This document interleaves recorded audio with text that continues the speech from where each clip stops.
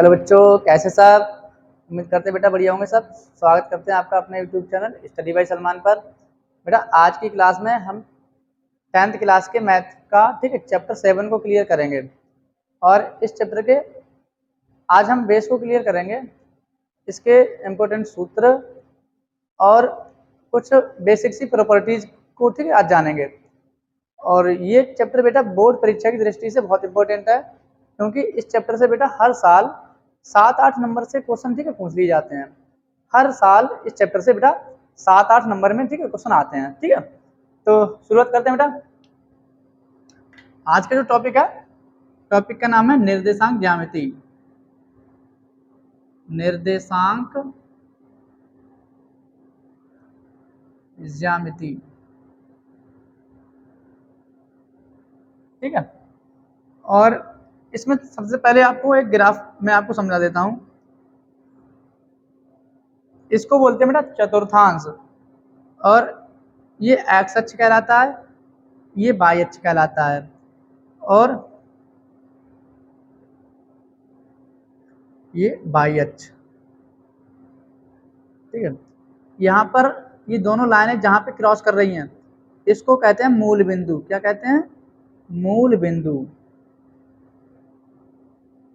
ठीक है बेटा, एक्स अक्ष को भुज और वाई अक्ष को कोटि कहते हैं। क्या कहते हैं? वाई अक्ष को कोटि कहते हैं। ठीक है, यहाँ पर आपको एक बात और याद रखनी है। मूल बिंदु से इधर के लिए ये एक्स के जो निर्देशांक होंगे वो धनात्मक होंगे। मूल बिंदु से ऊपर के लिए वाई को जो निर्देशांक होंगे वो भी धनात्मक होंगे। ठीक है, मूल बिंदु से इस तरफ जो एक्स के निर्देशांक होंगे वो ऋणात्मक होंगे। ठीक है, और ऐसे यहाँ पर मूल बिंदु से नीचे की ओर जो वाई के निर्देशांक होंगे वो कौन होंगे? ऋणात्मक होंगे। ठीक है, जब हम निर्देशांक लिखते हैं, अगर कोई निर्देशांक लिखते हैं, हम निर्देशांक अगर कोई लिखते हैं तो सबसे पहले उसमें एक्स लिखेंगे, फिर वाई, मतलब पहले एक्स अक्ष के निर्देशांक फिर वाई अक्ष के निर्देशांक। चाहो तो आप ऐसे लिख सकते हो, पहले हम लिखते हैं भुज, ठीक है, और बाद में लिखते हैं कोटि। ठीक है, इस तरीके से लिखा जाता है। अब यहाँ पे बेटा सूत्र आते हैं कुछ। ठीक है, तो सब सूत्र की डिस्कस कर लेते हैं बेटा। अब इसके कुछ और सूत्र हैं जिनके बारे में हम डिस्कस कर लेते हैं। सबसे पहला सूत्र है हमारा, ठीक है, दो बिंदुओं के बीच की दूरी। दो बिंदुओं के बीच की दूरी, इसको डी से डिनोट करेंगे, और सूत्र होगा अंडर x2 माइनस x1 का whole square plus plus bracket में y2 माइनस y1 का होल स्क्वायर। ठीक है, ये दूरी के लिए सूत्र हो जाएगा। यहीं पे हमारा दूसरा सूत्र होने वाला है मूल बिंदु से दूरी। मूल बिंदु से दूरी, मूल बिंदु से दूरी। तो ऐसी कंडीशन में क्या होगा बेटा, एक निर्देशांक 0 होगा, 0,0, और दूसरे निर्देशांक में x, y होगा। ठीक है, यहाँ पे या करके लिख सकते हैं, या x, y पहला निर्देशांक होगा और जो दूसरा निर्देशांक होगा तो 0,0 होगा। ठीक है, तो अगर ये कंडीशन बनती है तो इस कंडीशन में मूल बिंदु से जो दूरी होगी इसको कहेंगे मूल बिंदु से दूरी। ठीक है, तो यहाँ पे डी के लिए जो सूत्र होगा अंडर√x² प्लस का y²। ठीक है, बस इतने से ही काम चल जाएगा। ठीक है बेटा, अब तीसरा सूत्र देखते हैं अपना।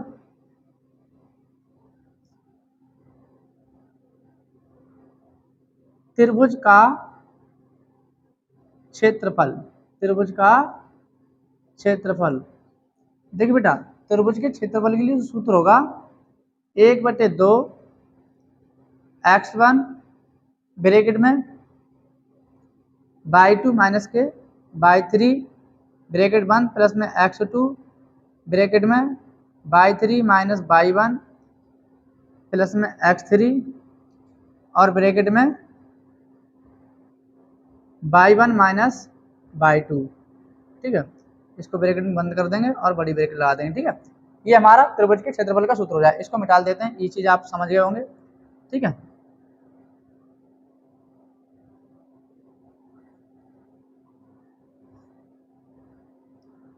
तो यहाँ पे सही से लिख देते हैं,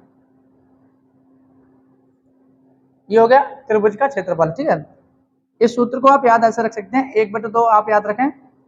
यहाँ पे मैं आपको दोबारा समझा देता। ठीक है, इसको ऐसे आप याद रख सकते हैं, पहले लिखेंगे x1, ठीक है, फिर लगा लेंगे ब्रैकेट, फिर प्लस में लिख लेंगे x2, ठीक है, फिर ब्रैकेट लगा लेंगे और फिर प्लस लिख लेंगे x3, ठीक है, और एक फिर से ब्रैकेट लगा लेंगे और बड़ी ब्रैकेट से इसको बंद कर देंगे। ठीक है, यहाँ पे लिखेंगे बेटा 23, यहाँ पर लिखेंगे 31 और यहाँ पर लिखेंगे 12।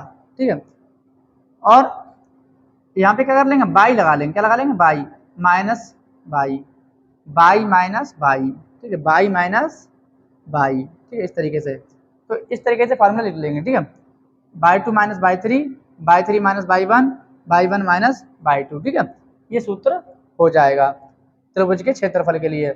वहीं अगर बेटा बात करें अगले टॉपिक की, चौथे सूत्र की, तो यहाँ पे सररेखी बिंदु, अगर कोई बिंदु सररेखी है, सररेखी बिंदु, सररेखी बिंदु, ठीक है, तो सररेखी बिंदु के लिए जो होगा, सररेखी बिंदु के लिए त्रिभुज का क्षेत्रफल जो होगा वो 0 होगा। सररेखी बिंदु के लिए बेटा त्रिभुज का क्षेत्रफल जो होगा वो 0 होगा। ठीक है, अगला सूत्र देख लेते बेटा अपना। यहाँ पे बेटा इस पॉइंट को याद रखना है, अगर x अक्ष पर निर्देशांक पूछ रहा है, x अक्ष पर निर्देशांक, x अक्ष पर निर्देशांक, तो यहाँ पे y के बराबर में 0 लिया जाएगा, y के बराबर में 0। x अक्ष पर निर्देशांक पूछेगा तो y के बराबर 0 लिया जाएगा। इस पॉइंट को आपको याद रखना है, या फिर हम निर्देशांक डाल देंगे x, 0। ठीक है, y की वैल्यू कौन हो जाएगी, ये पहला निर्देशांक x, दूसरा y, तो y की जगह कितना डाल देंगे, 0। ठीक है, और तथा करके लिख देते हैं, अगर y अक्ष पर पूछेगा, किस पर पूछेगा, y अक्ष पर, y अक्ष पर निर्देशांक, निर्देशांक जब y अक्ष पर पूछेगा तो x के बराबर 0 डाल देंगे, y अक्ष पर पूछेगा तो x के बराबर 0 डाल देंगे, और इसका निर्देशांक लिखेंगे, सॉरी 0, y। ठीक है, इस तरीके से लिखा जाएगा। ठीक है, अगला सूत्र देख लेते हैं, छठा, विभाजन बिंदु के निर्देशांक, विभाजन बिंदु, विभाजन बिंदु के निर्देशांक, ठीक है, विभाजन बिंदु के निर्देशांक, सही है। तो विभाजन बिंदु के निर्देशांक निकालने के लिए हमारे पास एक तो फॉर्मूला x के लिए होगा, x बराबर m1 x2 plus m2 x1 बटे m1 प्लस m2। ठीक है, इस सूत्र से x के निर्देशांक निकलेंगे, यहाँ पे लिख देंगे तथा y बराबर m1 by 2 plus m2 by 1 बटे m1 प्लस m2। ठीक है, ये y अक्ष के निर्देशांक निकालने के लिए, ठीक है, फॉर्मूला हो जाएगा विभाजन बिंदु के लिए। तो इनको आप नोट कर लेंगे, इसके आगे क्या भी लिखवा देते हैं।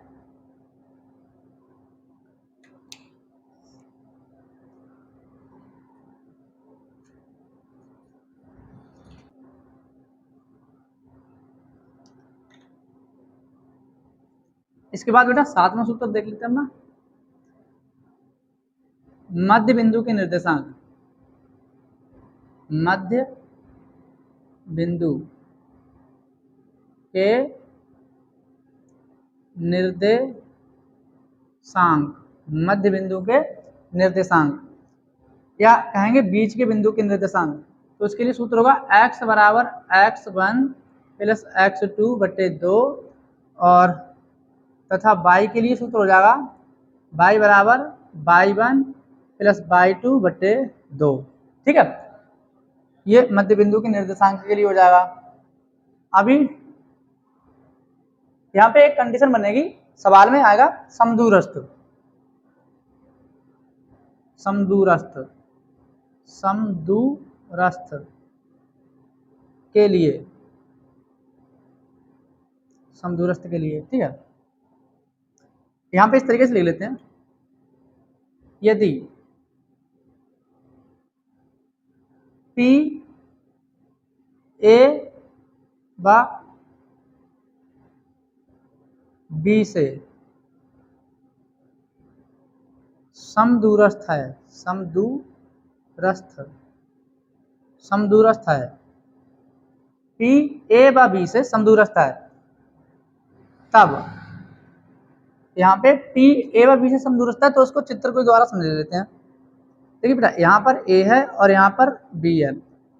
अब एक बिंदु इस लाइन पे रेखाखंड पे P है जो A से भी और B से भी समान दूरी पर है। जब कोई बिंदु इन दोनों से समान दूरी पर होगा तो उस बिंदु को बीच में लेंगे, तो A और B के मध्य में, ठीक है, हम P ले लेंगे। अब ये P A से और B से समान दूरी पर हो जाएगा, इसी को कहेंगे समदूरस्थ। ठीक है, मान लो बेटा हमारे पास ये लाइन है 10 सेंटीमीटर की AB। ठीक है, अब इसका ये मध्य बिंदु है, तो मध्य बिंदु यहाँ पे O हो गया। अब जैसे ही मध्य बिंदु O हुआ तो यहाँ से यहाँ तक 5 हो गया और यहाँ से यहाँ तक 5 हो गया, आधा आधा बट गया। ठीक है, तो जो बीच का बिंदु होता है, ठीक है, वो बिंदु दोनों बिंदुओं से समदूरस्थ हो, समान दूरी पर होता है। यहाँ से यहाँ तक की दूरी 5 और यहाँ से यहाँ तक की भी दूरी 5। ठीक है, तो ऐसी कंडीशन बनेगी सवाल में। तो क्या हो जाएगा, अगर ये बिंदु P समदूरस्थ है तो AP बराबर हो जाएगा PB के। ठीक है, अब कौन सी कंडीशन बन जाएगी, AP की दूरी, AP की दूरी बराबर PB की दूरी। ठीक है, और या करके लिख सकते हैं AP का स्क्वायर बराबर PB का स्क्वायर। ठीक है, AP की दूरी का स्क्वायर होगा बराबर PB की दूरी के स्क्वायर के। ठीक है बेटा, अब देखिए बेटा यहाँ पे कुछ चीजों को और डिस्कस कर लेते हैं। मान लिया हमारे पास, ठीक है, कुछ इस तरीके से निर्देशांक दिए हैं 2,3, 4,5 और 6,-1। ठीक है, तो ये 3 निर्देशांक हैं, इसको निर्देशांक 1 कहेंगे, इसको निर्देशांक 2 और इसको निर्देशांक 3। 3 निर्देशांक दिए हैं। इसमें बेटा ये पहला वाला नंबर x1 कहलाएगा, ये नंबर y1, ये x2 और ये y2, ये x3 और ये y3। पहले निर्देशांक के पहले बिंदु को x1, दूसरे को y1, दूसरे वाले के पहले बिंदु को x2, दूसरे को y2, तीसरे वाले के पहले को x3 और इसको y3 कहेंगे। ठीक है, यहाँ कोई कंफ्यूजन होना नहीं चाहिए। ठीक है, इतनी बातें आपको, ठीक है, क्लियर हो गई होंगी। अब बेटा कुछ और प्रॉपर्टीज हैं जो इस चैप्टर में, ठीक, लगेंगी, तो उनको भी डिस्कस कर लेते हैं। इसको हम डाल देते हैं पहले आप लोग। ठीक है, हर एक पॉइंट को क्लियर कर लें अपना, इसके बाद जब सवाल बनाएं तो वहां पर कोई दिक्कत नहीं हो। ठीक है, यहाँ पे बेटा चतुर्भुज और त्रिभुज का प्रकार पूछ लेगा, किस प्रकार का चतुर्भुज है या किस प्रकार का त्रिभुज है। ठीक है, तो सबसे पहले त्रिभुज के लिए देख लेते हैं। त्रिभुज के लिए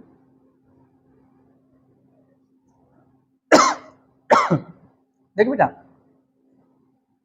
त्रिभुज यहां पर होगा समद्विबाहु त्रिभुज, समद्विबाहु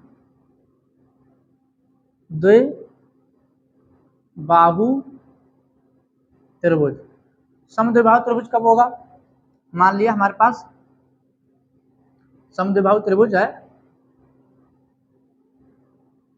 ये, ठीक है, ए बी सी।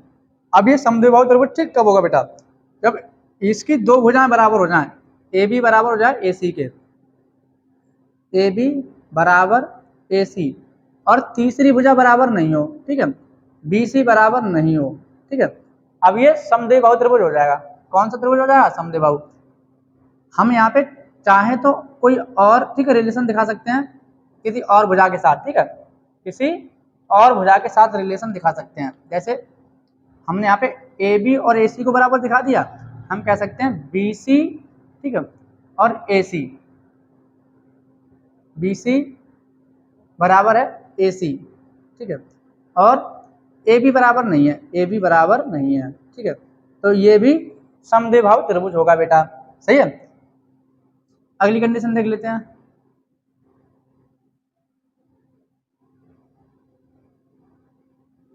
समकोण त्रिभुज, समकोण त्रिभुज, ठीक है, इसके लिए कंडीशन क्या है? समकोण त्रिभुज के लिए कंडीशन है, इसका नाम दे दें ए, इसका नाम बी और इसका नाम सी।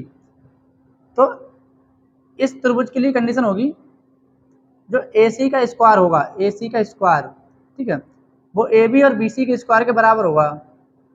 ए बी का स्क्वायर प्लस बी सी का स्क्वायर, ठीक है। आपको तीनों भुजाएं निकाल लेनी है, फिर चेक करना है ए सी का स्क्वायर इसके और इसके स्क्वायर के योग के बराबर है कि नहीं है। अगर ये कंडीशन लग जाती है तो ये समकोण त्रिभुज हो जाएगा, ठीक है। यहीं पे तीसरी कंडीशन बनेगी समद्विबाहु समकोण त्रिभुज, सम द्विबाहु समकोण, समकोण त्रिभुज, ठीक है। तो इसके लिए क्या कंडीशन होगी?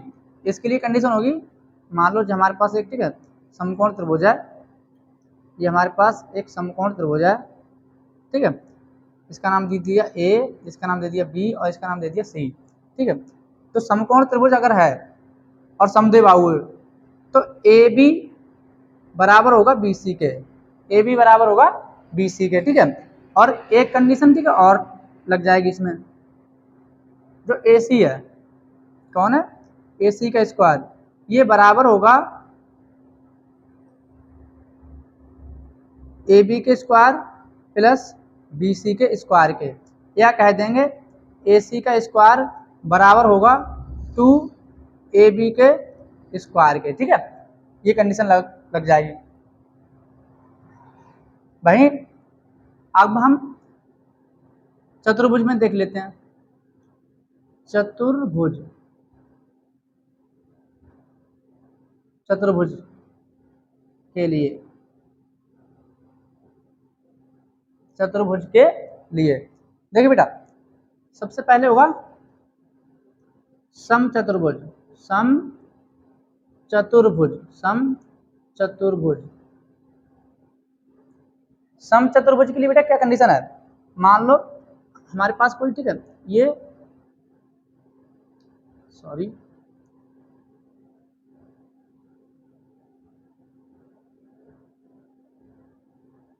ये एक समचतुर्भुज है, इसका नाम दे दिया ए, इसका नाम दे दिया बी, इसका नाम सी और इसका नाम डी, ठीक है। तो यहाँ पे समचतुर्भुज के लिए कौन सी कंडीशन लागू होंगी? ए बी बराबर होगा बी सी के, और बी सी बराबर होगा सी डी के, और सी डी बराबर होगा, ठीक है, डी ए के। मतलब चारों भुजाएं बराबर होंगी, चारों भुजाएं बराबर होंगी। लेकिन इसके जो विकर्ण होंगे, ये विकर्ण ए सी ये बराबर नहीं होगा बी डी के, ठीक है, ये कंडीशन होगी, ठीक है। तो अगर ऐसी कंडीशन बनती है तो वो समचतुर्भुज होगा, ठीक है। कैसा चतुर्भुज होगा बेटा? समचतुर्भुज। अगली कंडीशन देख लेते हैं, वर्ग। देखिए वर्ग क्या होगा, इसको नाम दे देते हैं ए, इसको नाम दे देते हैं बी और इसको सी और इसको डी। अब वर्ग के लिए क्या कंडीशन है? चारों भुजाएं बराबर होंगी, समचतुर्भुज में भी चारों भुजाएं बराबर है, ए बी बराबर बी सी बराबर सी डी बराबर डी ए, चारों भुजाएं बराबर हैं, लेकिन विकर्ण बराबर नहीं है। वर्ग में क्या हो जाएगा, चारों भुजाएं बराबर होंगी और विकर्ण भी बराबर हो जाएंगे। तो यहाँ पे कह देंगे ए बी बराबर होगा बी सी बराबर सी डी बराबर डी ए। ठीक है, ये कंडीशन बनेगी पहली कंडीशन। ठीक है, दूसरी कंडीशन क्या बनेगी, जो विकर्ण है ये विकर्ण, ठीक है, तो ए सी बराबर हो जाएगा बी डी के। ठीक है, ए सी बराबर हो जाएगा बी डी के। इनकी आकृतियां बेटा अलग तरीके से होती हैं। समचतुर्भुज में जो कोण बनेगा, ठीक है, ये 90 डिग्री नहीं होगा, और जो वर्ग बनेगा यहाँ पे प्रत्येक कोण 90 डिग्री का होगा। ठीक है, प्रत्येक कोण 90 डिग्री का होगा। तो समचतुर्भुज और वर्ग देख लिया अभी। ठीक है, एक और, ठीक है, दो टॉपिक और है इसमें। तीसरा टॉपिक है अपना इसका आयत। आयत, तो देखिए बेटा आयत क्या होगा, आयत के लिए कंडीशन होगी, इसका नाम ए, ये बी, ये सी और ये डी। ठीक है, आयत होने के लिए इसके लिए कंडीशन है, पहली कंडीशन ए बी बराबर होगा सी डी के। ठीक है, और तथा लिख देंगे, तथा बी सी बराबर होगा ए डी के, बी सी बराबर ए डी। ठीक है, पहली कंडीशन ये हो जाएगी। ठीक है, दूसरी कंडीशन क्या होगी इसके लिए, इसके विकर्ण आपस में क्या होंगे, बराबर, ए सी बराबर होगा बी डी। ठीक है, ये आयत के लिए कंडीशन हो जाएगी बेटा। ठीक है, चौथी कंडीशन देख लेते हैं हम अपनी समांतर चतुर्भुज के लिए। किसके लिए, समांतर चतुर्भुज। समांतर चतुर्भुज, देखिए बेटा समांतर चतुर्भुज क्या होगा इसके लिए। ठीक है, मान लो चार भुजाएं हैं, ये ए, ये बी, ये सी और ये डी। ठीक है, अब इसमें पहली कंडीशन क्या बनेगी, समांतर चतुर्भुज में जो पहली कंडीशन बनेगी वो सामने सामने की भुजाएं बराबर होंगी। ए बी बराबर होगा सी डी के, ए बी बराबर सी डी। ठीक है, और तथा बी सी बराबर होगा ए डी के, बी सी बराबर ए डी। ठीक है, पहली कंडीशन तो ये बनेगी। दूसरी कंडीशन क्या बनेगी, यहाँ पे विकर्ण जो होंगे ए सी और बी डी ये आपस में बराबर नहीं होंगे, ए सी बराबर नहीं होगा बी डी के। ठीक है, तो ये चतुर्भुज के लिए, ठीक है, कंडीशन हो जाएगी। आयत और समांतर चतुर्भुज में फर्क क्या है, आयत की सामने सामने की भुजाएं बराबर होती हैं बेटा, और समांतर चतुर्भुज की भी सामने सामने की भुजाएं बराबर होती हैं। बस फर्क होता है इसमें। ठीक है, यहाँ पर हर एंगल, ठीक है, 90 डिग्री का होगा, यहाँ पर ये 90 डिग्री का नहीं होगा। ठीक है बेटा, ये कंडीशन इसके लिए हो जाएगी। सही है, तो उम्मीद करते हैं आज की, ठीक है, इस क्लास में हमने निर्देशांक ज्यामिति के लिए, ठीक है, जो जो पॉइंट, ठीक है, हो सकते हैं वो सभी क्लियर कर लिए हमने। अब इस चैप्टर के, ठीक है, सोल्यूशन को जब हम कराएंगे तो वहां पर आपको कोई दिक्कत नहीं होगी। और ये चैप्टर बेटा बहुत मोस्ट इंपोर्टेंट चैप्टर है। ठीक है, इस चैप्टर के, ठीक है, सवाल हम, ठीक है, अगली क्लास में लेके आएंगे। आज के लिए बेटा इतना ही। और ये वीडियो अगर अच्छी लगी बेटा तो अपने साथियों के साथ इसको, ठीक है, शेयर करिए, वीडियो लाइक करिए और हमारे चैनल को सब्सक्राइब करिए। ठीक है, मिलते हैं बेटा अगली वीडियो में।